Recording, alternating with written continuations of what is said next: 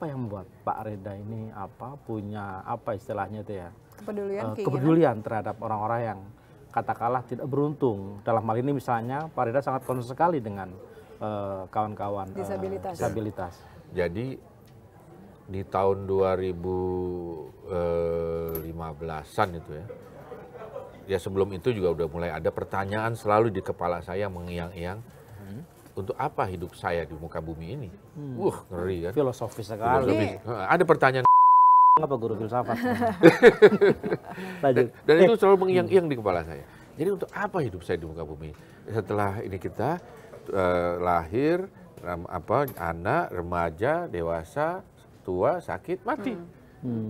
Jadi kalau nggak ada sesuatu yang kita bisa berikan kepada sesama, saya bilang itu pertanyaan-pertanyaan selalu mengiang.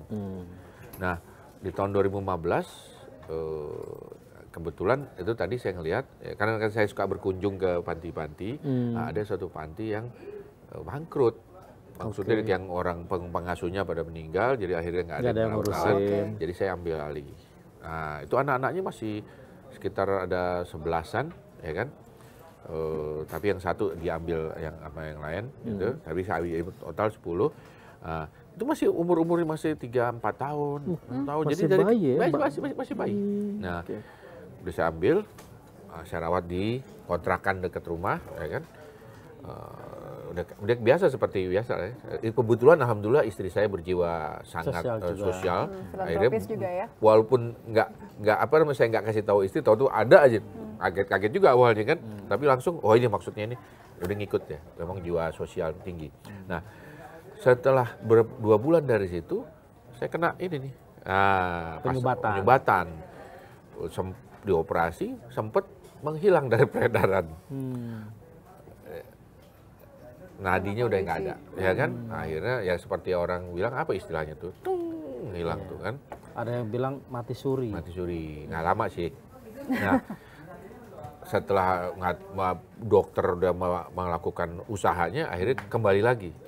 Kaget lagi saya. Padahal saya udah pamit-pamitan tuh. Mohon maaf. Itu betulan itu. Udah betulan saya mau pamit itu. Tapi ternyata balikin lagi. Tambah mikir lagi. Ini saya dikasih kesempatan kedua nih. Ya udahlah. Tugas peran ya. Tugas perannya udahlah saya sekarang udahlah banyak berbuat kebajikan terhadap sesama, baik pada manusia maupun makhluk lainnya itu. Nah, makanya saya bikinlah kegiatan-kegiatan bakti sosial, pengobatan gratis, tanam mangrove, lepas hewan yang memang di daerah yang memang udah jarang, burung-burung, ikan, itu saya bisa penyu, saya bilang gitu.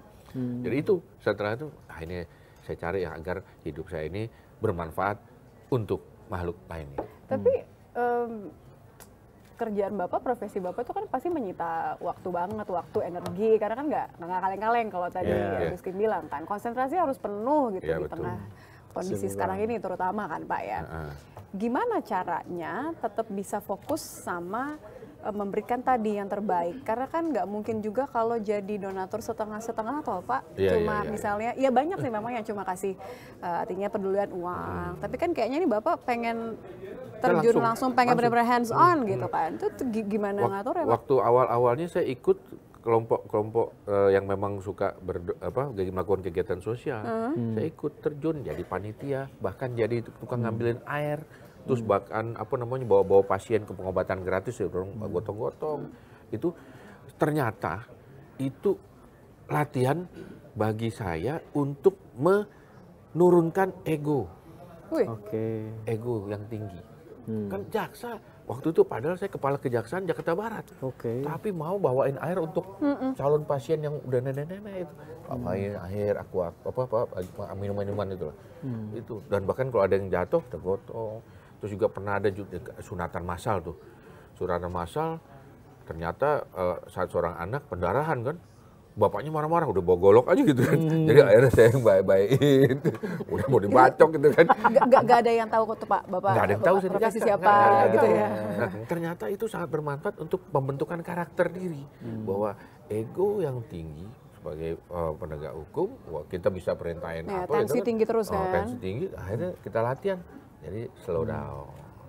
memposisikan sebagai sesama manusia gitu ya. Tanpa bawa embel-embel. Melepaskan itu ya ego. Dan ternyata kelompok sosial itu nggak tahu saya ini jaksa. Nggak tahu. Ya, profesinya nggak tahu ya. Nggak tahu profesinya. Setelah saya suka ada tampil di koran, baru di jaksa. Ada yang, tapi pernah nggak Pak, ada yang kenalin gitu ketika Bapak lagi kan memposisikan diri dalam sosok yang berbeda gitu. Ada yang kenalin Pak? Ada.